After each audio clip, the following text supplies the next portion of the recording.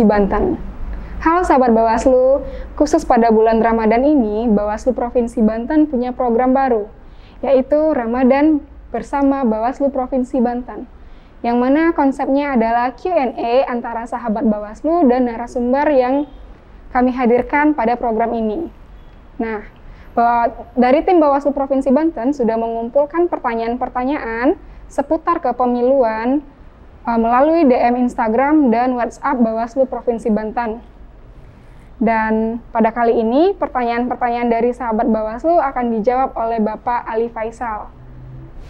Beliau adalah pimpinan Bawaslu Provinsi Banten yang menjabat sebagai koordinator penyelesaian sengketa di Bawaslu Provinsi Banten. Nah, beliau sudah lama berkecimpung di kepemiluan, mulai dari tahun 2013 sebagai anggota KPU Kota Serang, dan 2017 hingga sekarang sebagai anggota Bawaslu Provinsi Banten. Beliau juga seorang akademisi, konsentrasi di bidang hukum di berbagai perguruan tinggi di Provinsi Banten.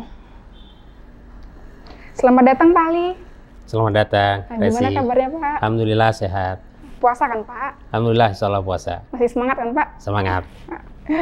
Gini Pak Ali, sebelumnya tim Bawaslu Provinsi Banten udah ngumpulin pertanyaan-pertanyaan melalui pertanyaan seputar pemilu ya Pak, melalui DM Instagram dan WhatsApp Bawaslu Provinsi Banten.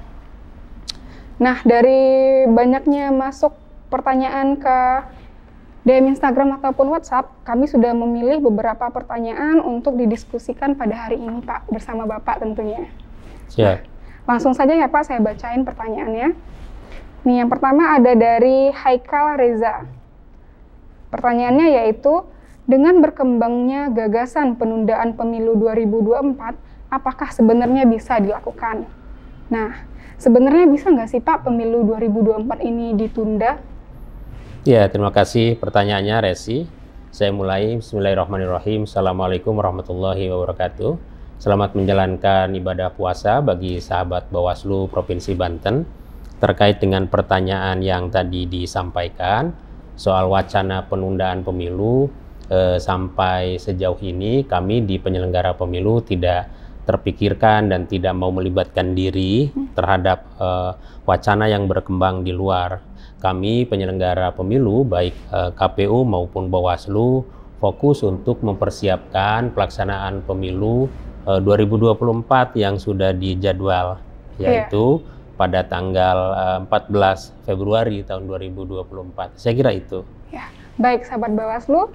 Jadi masalah penundaan pemilu di 2024 itu bukan ranah dari penyelenggara atau dari Bawaslu. Saat ini Bawaslu hanya fokus untuk mempersiapkan pemilu tahun 2024. Nah, kita masuk ke pertanyaan selanjutnya ya Pak. Ya, siap.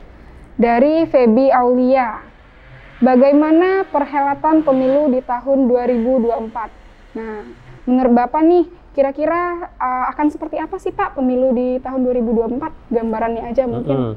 Baik, terima kasih. Pemilu 2024 seperti saya sampaikan tadi sesuai dengan kesepakatan dan sebagaimana kita ketahui sudah diputuskan, yaitu jatuh pada hari Rabu tanggal 14 Februari tahun 2024. Sebagaimana juga sudah ditindaklanjuti oleh SK KPU nomor 21 tahun 2022 terkait dengan hari dan tanggal pelaksanaan pemilu. Dan pemilu 2024 itu secara existing dasar hukumnya tidak berubah, yaitu menggunakan Undang-Undang 7 tahun 2017 untuk memilih presiden dan wakil presiden, kemudian DPR RI, DPD RI, DPRD provinsi, dan DPRD kabupaten kota. Jadi tidak ada perubahan signifikan saya kira dalam pelaksanaan pemilu 2024 itu hampir sama dengan pemilu sebelumnya, yaitu pemilu 2019. Berarti harapan dari kita semoga pemilu di tahun 2024 ini akan lebih baik ya Pak? Ya, mudah-mudahan karena secara pengalaman ya pelaksanaan dan dasar normanya sama dengan pemilu sebelumnya. Mudah-mudahan ini menjadi modal untuk kita bisa melaksanakan pemilu 2024 ini menjadi lebih baik begitu. Kalau dari Bawaslu sendiri apa sih Pak terobosannya? untuk persiapan pemilu 2024 Ya, ini? tentu karena waktu pemilu kita masih panjang ya, relatif panjang, kita masih punya banyak waktu untuk melakukan hal-hal yang sekiranya ini bisa membangun soliditas secara internal, koordinasi lintas stakeholder, dan kemudian melakukan hubungan-hubungan baik, dan ini ujungnya untuk kita bisa melaksanakan pengawasan pemilu 2024 ini secara efektif dan sesuai dengan prosedurnya begitu. Ya, baik Pak.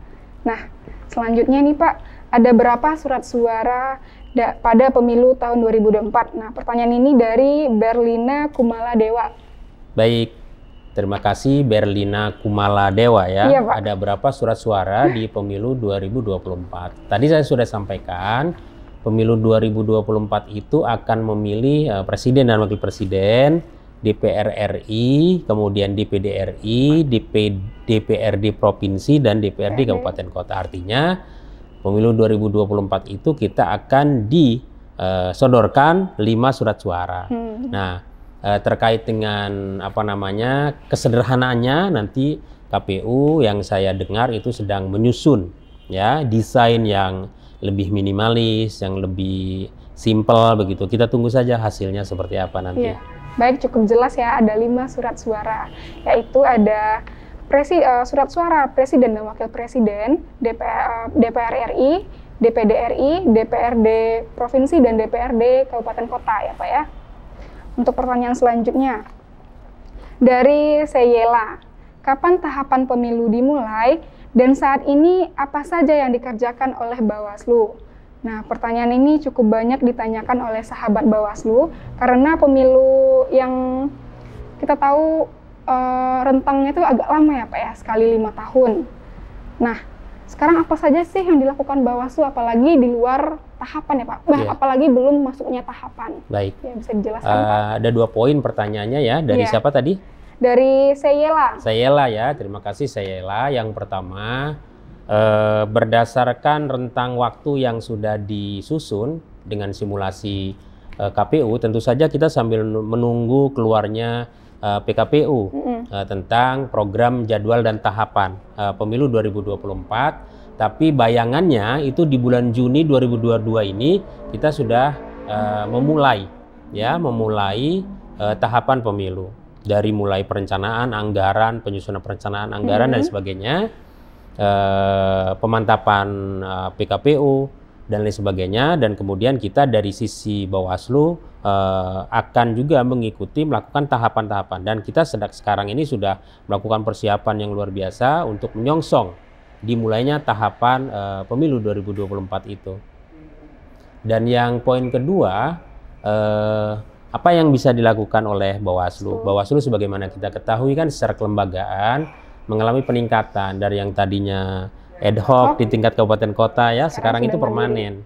Jadi ada tahapan yang dibagi 2 klaster, pekerjaan yang non tahapan dengan pekerjaan yang masuk di tahapan pemilu. Selama belum ada tahapan itu, Bawaslu berdasarkan peraturan perundang-undangan memang diberikan kewenangan, tugas, dan fungsi untuk melakukan seluruh kegiatan ya yang itu berorientasi pada pendidikan pemilih, kerjasama tadi lintas sektoral, lintas stakeholder, dan penguatan internal begitu, kelembagaan internal dan sebagainya. Dan ini sudah kita lakukan. Nah, saat ini apalagi sudah mau menjelang tahapan pemilu yang akan segera dimulai. Tentu ritme pekerjaan Bawaslu itu lebih padat lagi untuk menjemput dimulainya tahapan pemilu 2024 ini. Ya. Itu Res. Ya, baik. Sahabat Bawaslu, berarti ini tahapan mulai dalam waktu dekat ini ya Pak? Ya, Juni kalau 2022. 2 bulan lagi kira-kira ya, kalau lagi, itu ya. Juni dilakukan Nah, tahapan. untuk apa saja yang dikerjakan Bawaslu tadi sudah dijelaskan oleh Pak Ali. Ada dari pendidikan pemilih, pendidikan politik, koordinasi lintas stakeholder ya Pak. Terus ada penguatan kapasitas khususnya di internal kita di Bawaslu. Terus ada sosialisasi ya Pak. Sosialisasi pengawasan partisipatif. Betul. sesuai dengan divisinya ya. Bawaslu itu kan dibagi beberapa divisi, penyelesaian sengketa, ada penanganan pelanggaran ya, ada hukum, humas, SDM dan organisasi. Nah ini kesekretariatan ya, ini semuanya melakukan tugas pokok dan fungsinya ya. Misalnya di divisi pengawasan melakukan pengawasan, sosialisasi, partisipatif gitu ya, dan sebagainya, mengajak simpul-simpul di masyarakat untuk ikut serta ambil bagian pada saat nanti ada pelaksanaan pemilu itu sudah siap bersama-sama Bawaslu. Gitu. Baik Pak, intinya Bawaslu berikhtiar lah ya Pak mengawal pesta demokrasi ini ya Pak. Persis. Nah untuk pertanyaan selanjutnya ada tentang money politik nih Pak. Ditanyakan oleh Asep Hidayatullah dan Jailani. Mungkin saya rangkum aja. Yang pertama itu bagaimana cara menghilangkan money politik di masyarakat. Untuk poin selanjutnya, bagaimana Bawaslu dalam membangun literasi di masyarakat, terutama pemahaman tentang pengawas pemilu. Karena di kalangan masyarakat ini ketika ada kejanggalan atau kecurangan yang ditemukan oleh masyarakat ya, seperti ada panitia yang memihak pada salah satu calon atau di sana terjadinya money politik, dan itu dianggap hal biasa oleh mereka Pak. Selanjutnya mereka ini takut dan gelisah untuk melaporkan kepada Bawaslu, mungkin merasa terancam atau gimana. Seharusnya mereka gimana Pak? Baik, untuk menjawab itu saya buka Undang-Undang 7 2017 ya. Nah, memang di situ disebutkan soal politik uang itu ya. Politik uang itu seperti apa, dan itu termasuk di dalam larangan ya. Kalau kita membaca pasal 280 Undang-Undang 7 2017 tentang pemilu itu disebutkan itu di dalam pasal 280 huruf J itu dilarang ya. Ada larangan pelaksana, peserta dan tim kampanye pemilu dilarang menjanjikan atau memberikan uang atau materi lainnya kepada peserta kampanye pemilu. Lalu inilah muasal dari kata money politik itu. Larangannya sudah disebutkan dalam pasal 280 ini. Lalu apa sih politik uang itu atau money politik itu? Itu merupakan satu upaya dari seseorang atau pihak tertentu untuk mempengaruhi warga negara Indonesia yang mempunyai hak pilih ya, untuk memilih pasangannya atau dukungannya atau orang yang didukungnya untuk memilih atau bahkan tidak memilih gitu ya, dengan cara memberikan imbalan baik berupa uang atau materi lainnya gitu. Nah seperti itu. Nah terkait dengan ini undang-undang kita secara normatif sebetulnya sudah meneropong lebih jauh dan mengantisipasinya melalui norma-norma di dalam pasal-pasalnya. Misalnya, soal larangan terkait politik uang itu bertebaran di Undang-Undang 7 itu. Pasal 284, 285, 286 itu bicara soal larangan-larangan. Dan bahkan di dalam di dalam pasal 278 ayat 2 itu ada ancaman pidana 4 tahun ya. Ada denda 48 juta misalnya gitu. Ya ini antisipasi, tetapi acap kali setiap pelaksanaan pemilu, pilkada atau pemilihan itu selalu ada ya, seperti itu. Kita tidak memungkiri ada oknumnya begitu ya, tapi kita dengan segala kekuatan dan kewenangan yang dimiliki oleh Bawaslu, kita berupaya menegakkan peraturan perundang-undangan. Ya, melakukan perundang-undangan dengan cara apa? Tentu yang pertama adalah kita melakukan pencegahan, ya, memberikan sinyal-sinyal early warning begitu ya. Maka kita biasanya setiap menjelang pelaksanaan pemilu, pilkada mengeluarkan indeks kerawanan pemilu IKP misalnya. Itu untuk memitigasi. Bisa melihat kecenderungan begitu. Nah itu kita bisa melakukan pencegahan sedini mungkin. Lalu kita bisa mengajak seluruh komponen bangsa di Provinsi Banten dalam hal ini misalnya untuk sama-sama terlibat secara aktif melakukan pengawasan partisipatif bersama Bawaslu untuk agar kita bisa memastikan pelaksanaan pemilu yang nanti 2024 ini ya, ada pemilu, ada pilkada ya dalam waktu yang bersamaan, beda bulan saja. Nah ini benar-benar kita bisa terhindar dari apa yang disebut politik uang yang seolah-olah menjadi penyakit, yang menjadi ganjalan bagi pelaksanaan demokrasi kita. Iya, gitu ya. Ya baik Pak. Mengenai masyarakat yang ingin melapor tadi Pak, ada atau tidak perlindungan sebagai pelapor ketika ada ancaman dari pihak terlapor? Dalam hal ini apa sih yang dilakukan sama Bawaslu? Terus untuk selanjutnya, andai kata laporan ini diterima oleh Bawaslu, maka apa sajakah yang dilakukan oleh Bawaslu sehingga permasalahan tersebut dapat diselesaikan sesuai peraturan yang berlaku? Ya baik, dalam pelaksanaan penanganan pelanggaran di Bawaslu, yang salah satunya adalah pelanggaran politik uang ini masuk di dalam tindak pidana pemilu ya, itu di dalam pasal 280 Undang-Undang 7 itu ada larangan ya, pelaksana, peserta dan tim kampanye pemilu dilarang untuk mengancam ya, untuk melakukan kekerasan atau menganjurkan penggunaan kekerasan kepada seseorang, sekelompok anggota masyarakat dan atau peserta pemilu yang lain ya. Ya ini bagi yang tadi disebutkan itu pelaksana, peserta dan tim kampanye. Bagaimana dengan ada masyarakat yang melihat ya kejadian, lalu kemudian dia enggan melaporkan karena takut. Ya, kami dapat memastikan Bawaslu akan melindungi pelapor, dan kita kan ini yang ditegakkan ini adalah pidana pemilu, yang menegakkan itu kan Gakumdu, penegakan hukum terpadu, yang di dalamnya itu ada Bawaslu, kepolisian dan kejaksaan ya. Jadi kita lindungi sesuai dengan peraturan perundang-undangan gitu.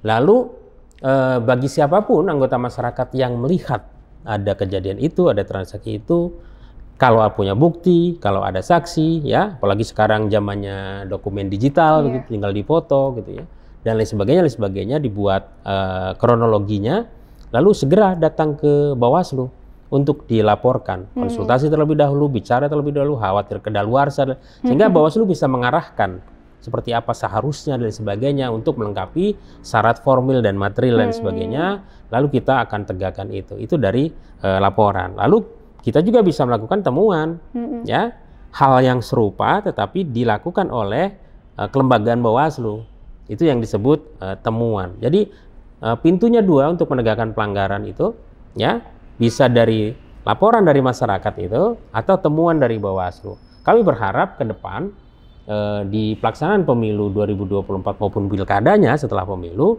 masyarakat aktif untuk jangan takut. Hari ini udah eranya era terbuka sekali, era serba digital, bisa dilakukan dengan cepat dan bisa koordinasi dengan cepat sehingga penegakan hukum pemilu lebih efektif dilaksanakan begitu. Nah, baiklah sahabat Bawaslu. Jadi jika ada sahabat Bawaslu menemukan kasus seperti money politik atau pelanggaran pemilu lainnya, sahabat Bawaslu jangan sungkan atau jangan takut untuk melaporkan ke Bawaslu. Takut diancam atau takut kenapa-kenapa, karena Bawaslu pasti akan melindungi ya Pak ya. Jadi jangan pernah takut sahabat Bawaslu. Nah, ini Pak ada pertanyaan terakhir. Kayaknya udah banyak yang semangat untuk menyambut pemilu 2024 nih Pak. Bahkan ada yang nanya dari Aroyani, kapan pembukaan pendaftaran Panwascam? Nah, kapan Pak pembukaan pendaftaran Panwascam? Panwascam ya? Iya. Teman-teman, teman-teman, pemilu itu tidak pernah terlaksana kalau tidak ada pengawasan yang terstruktur secara kelembagaan ya. Kita di provinsi butuh kabupaten kota, jenjang berikutnya kecamatan, jenjang berikutnya kelurahan desa, dan terakhir pengawas TPS. Nah, untuk badan-badan ad hoc pengawas pemilu ini nanti pada saatnya akan kita umumkan, akan kita publikasi, dan kita ingin partisipasi yang luas dari masyarakat untuk sama-sama ambil bagian dalam pengawasan pemilu ke depan. Nah, ancang-ancangnya sekali lagi kita sambil menunggu PKPU jadwal tahapan ya, jadwal tahapan yang dari KPU. Nah, biasanya atau paling tidak kalau saya membaca draft PKPU-nya itu di Oktober itu udah rekrutmen badan ad hoc-nya KPU. Artinya idealnya sebulan sebelumnya sudah rekrutmen badan ad hoc-nya Bawaslu atau Panwascam yang tadi dimaksud Royani itu. Sehingga pada saat rekrutmen badan ad hoc-nya KPU itu menjadi juga pengawasan oleh Bawaslu. Sehingga harusnya idealnya lebih dulu dan biasanya memang seperti itu. Tetapi sampai saat ini jadwal pastinya belum ada karena kita sambil menunggu kan soal jadwal program dan tahapan yang dikeluarkan oleh KPU dan kita juga selalu koordinasi sesama penyelenggara pemilu antara KPU dengan Bawaslu. Prinsipnya pada akhirnya akan kita publish seluas-luasnya untuk kita juga dapat dibantu oleh masyarakat seluas-luasnya sehingga pelaksanaan pengawas pemilu menjadi lebih baik begitu. Ya begitulah sahabat Bawaslu. Nah baik Pak Ali, yang tadi itu adalah pertanyaan yang terakhir. Terima kasih Pak Ali sudah meluangkan waktunya untuk hadir di sini. Dan semua pertanyaan juga dijawab sangat jelas ya sahabat Bawaslu. Nah sahabat Bawaslu, sekian Ramadan bersama Bawaslu Provinsi Banten edisi pertama ini. Jangan lupa kita masih punya banyak narasumber yang bisa menjawab rasa penasaran sahabat Bawaslu. Sahabat Bawaslu tinggal mengirimkan pertanyaan ke DM Instagram dan WhatsApp Bawaslu Provinsi Banten. Nah, untuk pertanyaan-pertanyaan yang belum terjawab di edisi pertama ini akan dijawab di Ramadan bersama Bawaslu selanjutnya, di edisi yang kedua. Nah, jangan lupa pantengin terus Instagram Bawaslu Provinsi Banten di @bawaslubanten untuk tahu info terupdate. Sampai jumpa di Ramadan bersama Bawaslu Provinsi Banten selanjutnya. Wassalamualaikum warahmatullahi wabarakatuh. Waalaikumsalam warahmatullahi wabarakatuh.